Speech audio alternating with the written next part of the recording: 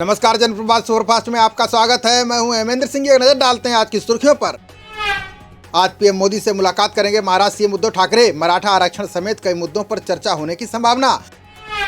अगले महीने 24 घंटे में 2 सी हॉक हेलीकॉप्टर भारत को देगा अमेरिका। बहुआयामी रडारों से होंगे लैस, रात में भी हमला करने में सक्षम। भारतीय पायलटों का पहला बैच प्रशिक्षण के लिए पहुंचा अमेरिका। सी हॉक हेलीकॉप्टर ब्रिटिश सी किंग की लेंगे जगह। महाराष्ट्र के पुणे में एक केमिकल बनाने वाली फैक्ट्री में लगी भीषण आग। हादसे में 15 महिलाओं समेत 17 लोगों की गई जान। भीषण आग की घटना पर प्रधानमंत्री मोदी ने जताया शोक। मृतकों के परिजनों के लिए 2-2 लाख मुआवजे का किया ऐलान। कोरोना की दूसरी लहर के बीच पीएम मोदी ने किया बड़ा ऐलान। 18 साल से बड़ों को अब केंद्र देगा मुफ्त वैक्सीन। एक डोज पर अधिकतम 150 रुपए ही चार्ज कर सकेंगे निजी हॉस्पिटल। पीएम बोले 80 करोड़ गरीबों को दिवाली तक मिलेगा मुफ्त अनाज। भूपेश बघेल ने मुफ्त टीकाकरण की घोषणा को बताया देरी से लिया गया निर्णय। कहा टीके की निरंतर आपूर्ति होती रहती तो नहीं जाती इतनी जाने। मोदी की निःशुल्क टीकाकरण की घोषणा पर सचिन पायलट का बयान। बोले कांग्रेस का सुझाव मानने को विवश हुई केंद्र सरकार। सीएम योगी आदित्यनाथ की टीम 9 के साथ अहम बैठक आज। अनलॉक की नई गाइडलाइंस की जा सकती है जारी। देश में कोरोना महामारी से अब तक 3621 बच्चे हुए अनाथ। 26,176 बच्चों के सिर से छिना माता पिता का साया। कोरोना की संभावित तीसरी लहर से निपटने की तैयारी में पंजाब। सीएम अमरिंदर सिंह ने बाल चिकित्सा पैनल का किया गठन। राहुल गांधी ने वैक्सीन नीति को लेकर केंद्र सरकार को फिर घेरा। कहा वैक्सीन निःशुल्क है तो निजी अस्पताल क्यों ले रहे हैं कीमत। कोरोना वायरस की उत्पत्ति पर WHO ने अलापा पुराना राग। कहा चीन को और आंकड़े देने के लिए नहीं कर सकते मजबूर।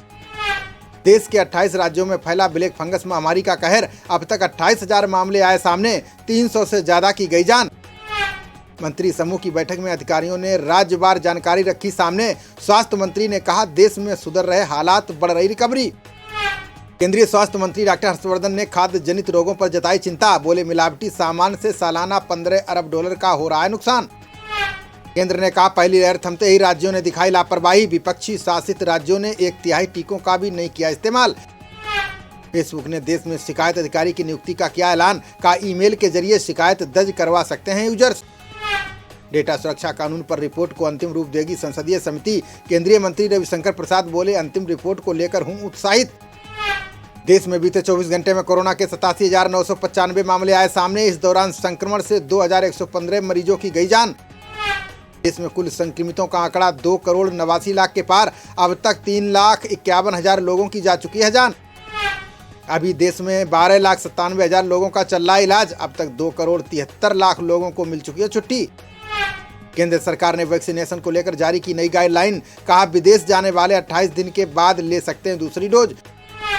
अमेजन के संस्थापक जेफ बेजोस जुलाई में भरेंगे अंतरिक्ष की उड़ान। अपोलो के चंद्रमा पर उतरने की वर्षगांठ पर शुरू होगा मिशन। नोएडा में मेट्रो की सेवाएं 9 जून से की जाएंगी बहाल। सुबह 7 बजे से रात 8 बजे तक होगा परिचालन। मध्य प्रदेश सरकार ने पड़ोसी राज्यों की आवाजाही पर बढ़ाया प्रतिबंध। 15 जून तक दूसरे राज्यों की बसों को नहीं मिलेगा प्रवेश। केरल पुलिस ने चाइल्ड पोर्नोग्राफी से जुड़े मामले का किया खुलासा। 477 जगहों पर मारे छापे। 28 लोगों को किया गिरफ्तार। बाकी नेता राकेश टिकैत कल ममता बनर्जी से करेंगे मुलाकात। कृषि कानूनों के खिलाफ आंदोलन को लेकर रणनीति पर होगी चर्चा। राजस्थान सरकार ने लॉकडाउन में छूट का बढ़ाया दायरा। अब 50% कर्मचारियों संग काम करेंगे सरकारी व निजी कार्यालय। राम मंदिर निर्माण के दूसरे चरण का कार्य दिसंबर में होगा शुरू। मंदिर का ढांचा खड़ा करने के लिए पत्थर लगाने का किया जाएगा कार्य। फाइजर ने दिल्ली में 400 ऑक्सीजन बेड की सुविधा कराई उपलब्ध। मुंबई को 4.5 करोड़ रुपए और 30 ICU बेडों की दी मदद। केंद्रीय दल ने बंगाल के चक्रवात प्रभावित इलाकों का किया दौरा। लोगों से बातचीत कर नुकसान का लिया जायजा। सीएम योगी ने बच्चों को रोजगार पर शिक्षा देने पर दिया जोर। बोले चुनौतियों से निपटने के लिए पाठ्यक्रम तैयार करें विश्वविद्यालय। उत्तराखंड के मुख्यमंत्री ने पहली बार प्रधानमंत्री से की मुलाकात। बद्री केदार विकास परियोजना के लोकार्पण का दिया न्योता। सुखबीर सिंह बादल ने की स्वास्थ्य मंत्री बलबीर सिद्धू को बर्खास्त करने की मांग। बोले निजी अस्पतालों को पैसे लेकर दिए गए मुफ्त में लगाने वाले टीके। केजरीवाल सरकार की टीकाकरण नीति के खिलाफ कांग्रेस का प्रदर्शन। मुफ्त टीकाकरण की मांग करते हुए मनीष सिसोदिया का किया घेराव। असम सीएम ने NDFB सदस्यों के पुनर्वास कार्यक्रम को दी मंजूरी। परियोजना पर 160 करोड़ रुपए का आएगा खर्च। पूर्व नौकरशाहों ने भाजपा नेताओं को बताई केरल में चुनावी हार की वजह। गुटबाजी को खत्म करने और राज्य में छवि सुधारने के दिए सुझाव। पंजाब सरकार ने 15 जून तक बढ़ाया कोरोना लॉकडाउन। दुकानों को शाम 6 बजे तक खोलने की दी अनुमति।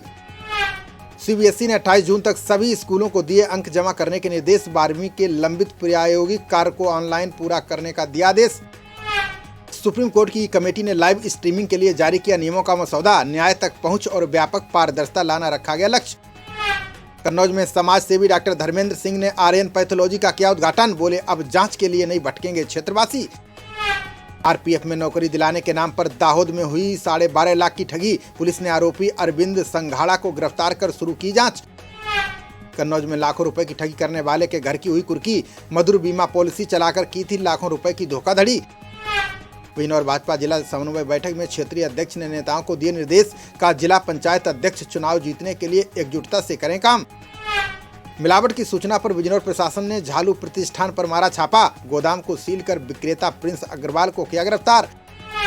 आनंद आश्रम सोसाइटी के निवासियों ने चलाया पौधारोपण अभियान। प्रदीप चौधरी समेत अन्य ने धरती को हरा भरा रखने का दिया संदेश।